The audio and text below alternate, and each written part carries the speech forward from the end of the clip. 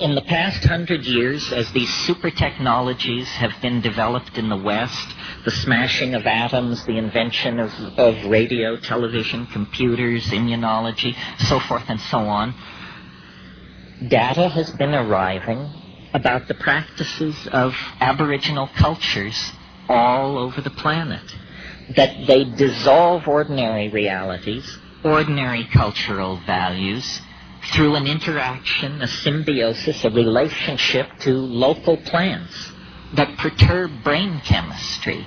And in this domain of perturbed brain chemistry, the cultural operating system is wiped clean. And something older, even for these people, something older, more vitalistic, more in touch with the animal soul, replaces it, replaces the cultural operating system. Something not determined by history and geography, but something writ in the language of the flesh itself. This is who you are. This is true nakedness. You are not naked when you take off your clothes. You still wear your religious assumptions, your prejudices, your fears, your illusions, your delusions. When you shed the cultural operating system, then essentially you stand naked before the inspection of your own psyche.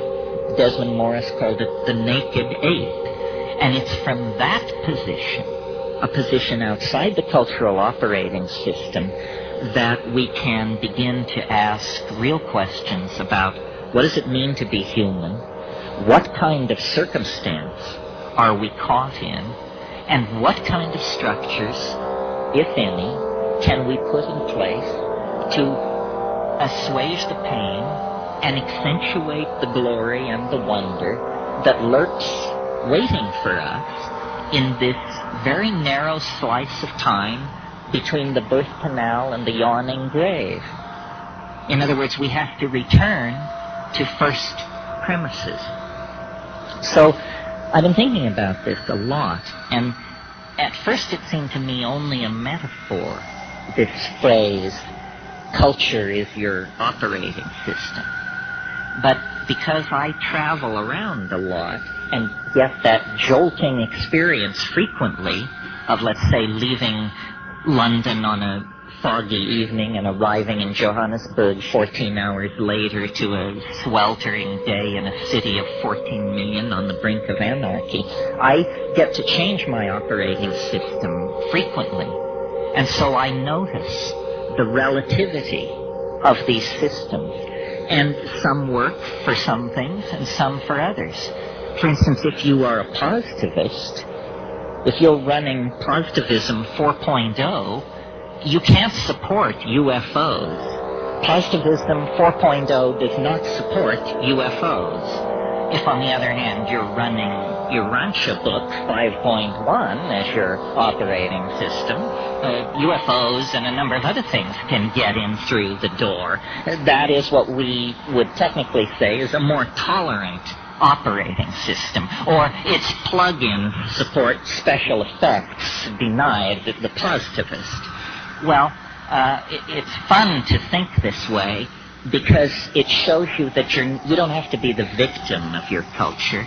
It's not like your eye color or your height or your gender. It's fragile. It can be remade if you wish it to be. And then the question is, well, how does one download a new operating system? Well, first of all, you have to clear some space on your disk. The best way to do this is probably with a pharmacological agent. You think of some while I have a drink of water.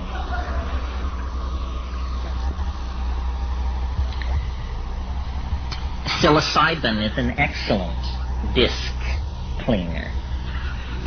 You can put a lot of things in the trash and have them just disappear with a psilocybin upgrade. Other pharmacological agents that will clear your disc are ayahuasca And of course, these are gentle clearings of the disk, which take 5, 6, 7 hours. If you're in a hurry to dump that old data and leap right into the new operating system, click on the button marked dimethyltryptamine. A compressed disk erasure will immediately be downloaded, unstuffed, bin-hexed, implemented, installed, run, and you will find yourself with an entirely different head.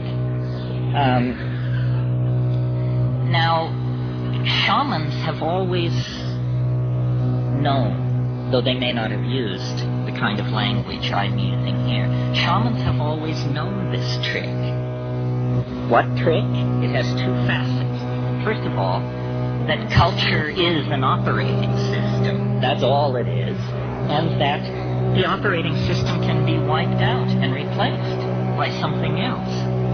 So, in essentially, what's going on among shamans and those who resort to them for curing and counseling and so forth is somebody's running a slightly more advanced operating system than the customer.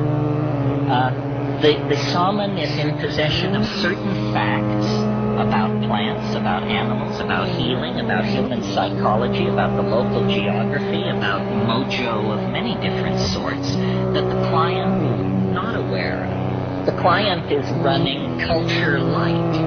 The shaman paid for the registered and licensed version of the software and is running a much heavier version of the software than the client. I think we should all aspire to make this upgrade. It's very important that you have all the bells and whistles on your operating system. Otherwise, somebody is going to be able to get a leg up on you. Well, what's wrong with the operating system that we have? Consumer capitalism 5.0 or whatever it is. Well, it's dumb. It's retro. It's very non-competitive. It's messy. It wastes the environment. It wastes human resources. It's inefficient. It runs on stereotypes. It runs on a low sampling rate, which is what creates stereotypes. Low sample rates make everybody appear alike, when in fact the glory is in everyone's differences. And the current operating system is flawed. It actually has bugs in it that generate contradictions. Contradictions such as we're cutting the earth from beneath our own feet. We're poisoning the atmosphere that we breathe. This is not intelligent behavior. This is a culture with a bug in its operating system that's making it produce erratic, dysfunctional, malfunctional behavior. Time to call a tech. And who are the techs? The shamans are the techs.